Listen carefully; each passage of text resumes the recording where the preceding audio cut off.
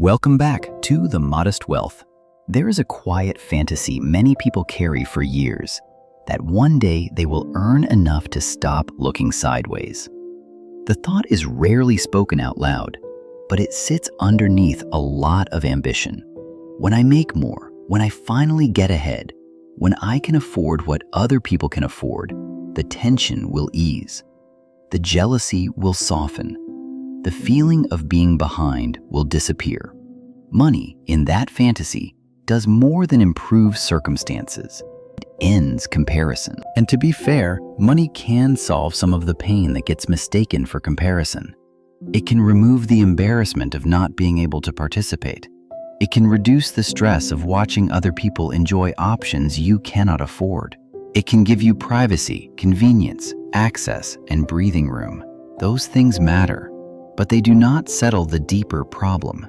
Because comparison is not just a response to lacking money. It is a habit of measuring the self through other people. And habits do not disappear just because income rises. They adapt. They become more refined. They move upscale. That is the contradiction at the center of this video. People often believe wealth will free them from comparison, but wealth frequently just changes the comparison set. The person who once compared themselves to neighbors begins comparing themselves to colleagues. The colleague begins comparing themselves to founders. The founder begins comparing themselves to the people who exited bigger, earlier, cleaner. The house gets bigger. The flights get nicer. The portfolio grows. But the mind, if it has trained itself to locate worth through relative standing, does not suddenly retire from the job.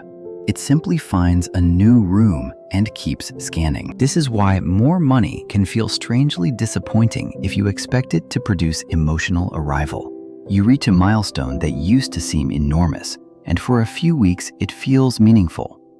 Then normality sets in, and soon you notice that the world around you has reordered itself. The people you now spend time with have different baselines, different standards, different anxieties. What once looked like abundance now looks average. What once felt impressive now feels ordinary. The number changed, but the inner mechanism did not. That is a painful realization because it suggests the issue was never just financial. It was psychological. Comparison was not waiting outside your wealth, ready to disappear once you let money in. It was already living in the way you interpreted your place in the world. Most people misunderstand comparison because they treat it like a condition caused by deprivation. They assume it belongs mostly to those who do not have enough. But comparison is more flexible than that. It can attach itself to almost anything: salary, neighborhood, title, spouse, parenting style, body, travel, taste, even how effortlessly someone appears to live. Money merely gives comparison a vivid arena because money is measurable, visible, and socially legible. It gives the mind a convenient scoreboard. But the scoreboard is not the root problem. The root problem is that the mind is looking for one, and once the mind gets used to organizing self-worth around ranking, progress does not cure it. Progress feeds it, because every gain introduces a new peer group, and every new peer group offers a higher standard to internalize. This is one of the least discussed emotional costs of doing well. A person can improve their life meaningfully and still feel no calmer because their reference point rose at the same speed as their income. They are not only living a different life, they are now surrounded by different evidence of what counts as normal. The car that once felt aspirational becomes unremarkable in the parking garage. The vacation that once felt luxurious becomes what everyone else does in August. The savings number that once seemed enormous starts to feel thin when someone nearby casually mentions a larger one. None of this requires vanity. It does not even require social media, though social media amplifies it beautifully. It only requires exposure and a mind that has not learned how to hold admiration without converting it into self-evaluation. That is what makes comparison so persistent. It is not just envy, it is often confusion. Confusion between noticing and ranking, between appreciating and diminishing yourself, between learning from someone and using them as evidence that your own life is insufficient. This is why many financially successful people still feel subtly poor. Not materially poor, psychologically poor. They have enough by any reasonable standard, sometimes far more than enough. But enough is not what their mind is measuring. Their mind is measuring distance. Distance from the exceptional, from the admired, from the people whose lives seem smoother, bigger, freer, more elegant, more secure. And distance is infinite. There will always be someone further up whatever ladder you choose. Real wealth often looks quieter than people expect, because one of its invisible forms is the ability to stop turning other people's lives into a referendum on your own. That is much rarer than a high income, and in many ways, more valuable. You can see this pattern in the young professional who doubles their income over a few years. At first, the increase feels life-changing, because it is. Rent is no longer scary. Small emergencies no longer feel like personal failures. Restaurants that used to be special occasion only become normal. There is relief in that, real relief. But then the environment changes. The new role comes with new peers, and those peers spend differently, travel differently, talk differently. One owns an apartment in a part of the city that still feels slightly unreal. Another mentions family money casually, as though down payments and private schools are weather patterns, not major economic events. Another seems to save aggressively while still living beautifully, and you cannot tell whether they are simply better disciplined or playing with a much stronger starting hand. Very quickly, the old sense of progress is crowded out by a new feeling. I'm doing better, but apparently not this well. So comparison survives prosperity by changing costumes. Or think about professional athletes and entertainers. People assume that once someone reaches that level of wealth and public recognition, comparison must become irrelevant. But often, it intensifies.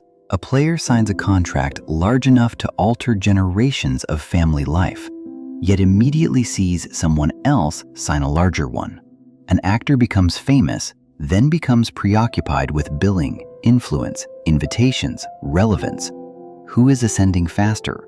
Who is fading slower? The external rewards are extraordinary. The internal dynamics remain ordinary and human. Success expands the scale, not necessarily the piece. If your mind is trained to ask, where do I stand relative to the people around me? Then entering a more elite room may increase comparison, not reduce it, because the room itself is built around distinction. There is also a quieter version that happens in ordinary households.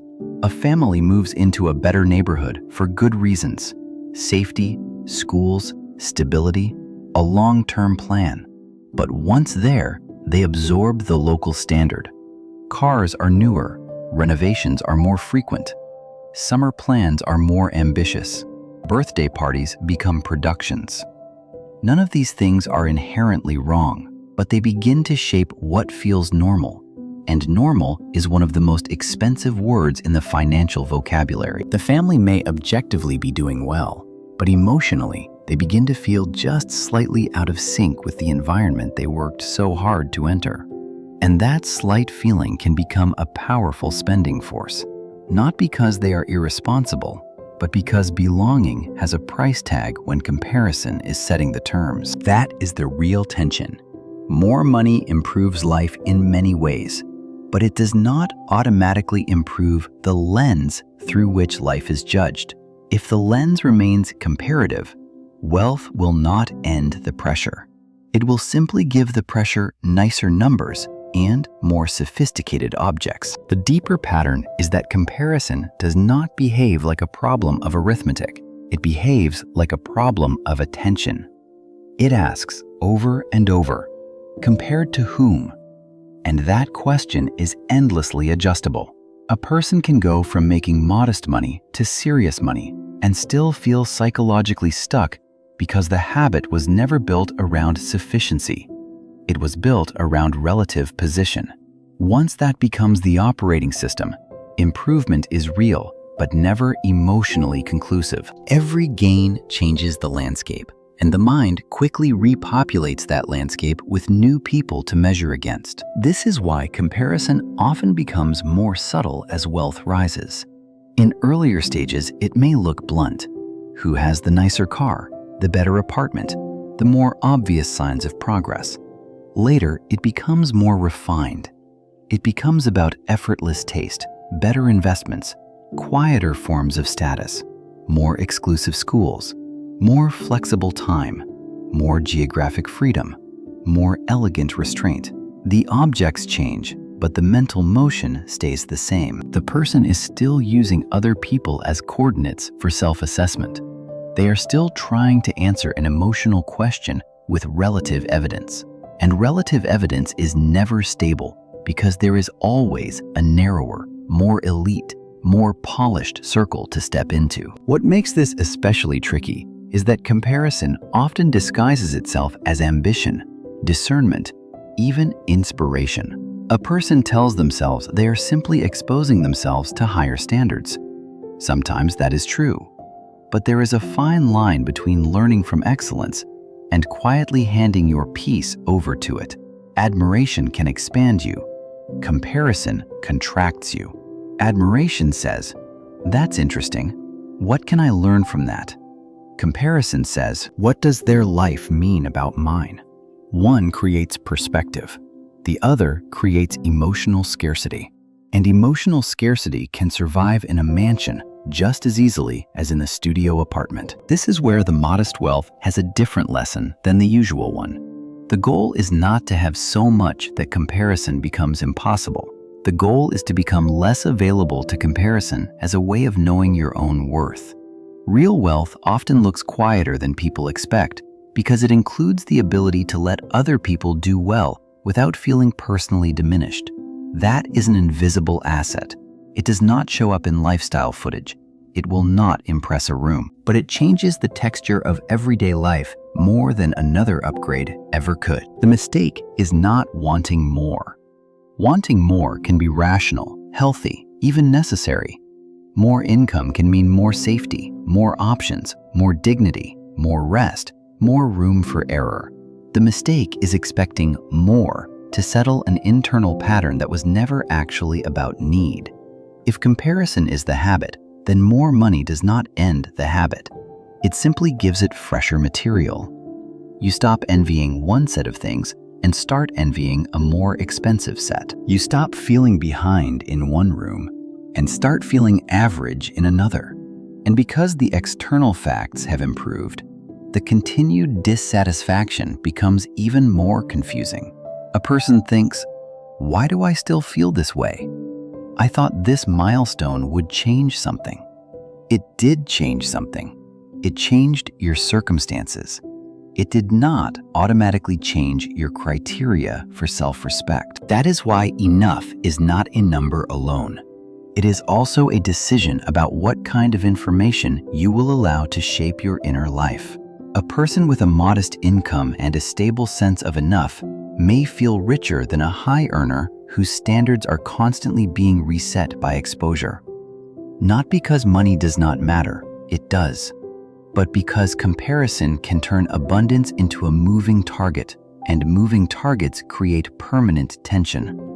The person is always reaching, recalculating, revising their sense of where they stand, what counts, what is missing, what would finally prove they are secure, accomplished, admirable, or safe.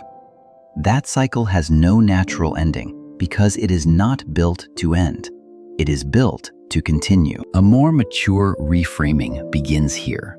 The opposite of comparison is not low ambition. It is self-possession. It is the ability to enjoy progress without making your peace dependent on outranking the people around you. It is the ability to notice beauty, excellence, success, and privilege without collapsing into private diminishment. It is the ability to say, "That is their life. This is mine. Mine does not become smaller because theirs is large." That sounds simple. It is not easy, but it is a profoundly stabilizing financial skill because comparison distorts financial judgment It makes people overspend to keep up, overwork to preserve identity, and undervalue parts of life that do not photograph well but matter deeply. Time, margin, unperformed contentment, the freedom to choose differently from the crowd. Some of the best financial decisions reduce noise, not just cost. That line matters here because comparison is noise. It is social noise, status noise, internal narrative noise.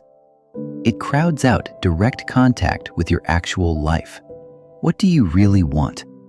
What pace fits you? What trade-offs are worth it?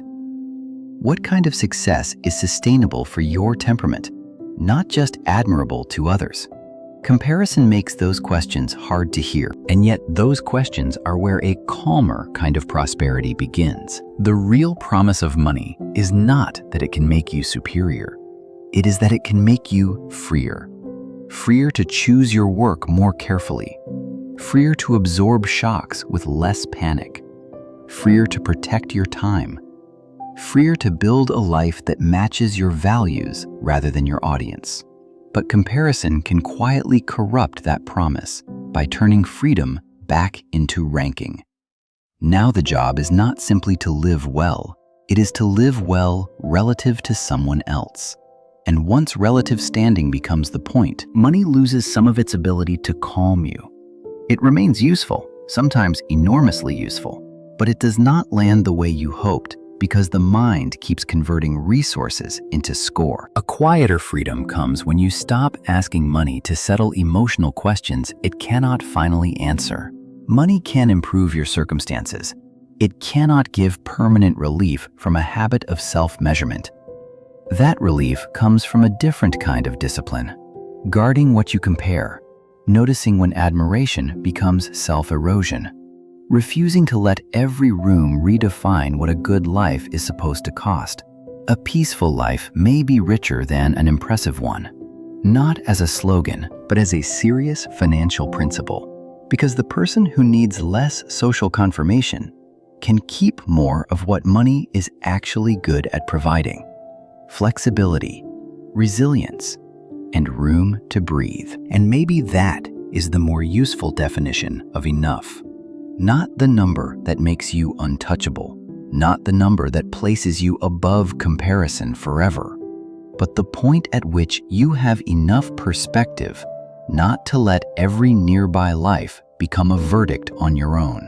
That is rarer than wealth, and in many cases, it is the only thing that allows wealth to feel like peace instead of just a more advanced version of pressure. So here is the question worth carrying with you after this video. If your income kept rising, but your habit of comparison stayed the same, what exactly would you be expecting more money to fix? If this gave you something worth thinking about, consider liking the video, sharing it with someone who may need it, and subscribing to The Modest Wealth for more essays on money, behavior, and the quieter forms of a rich life.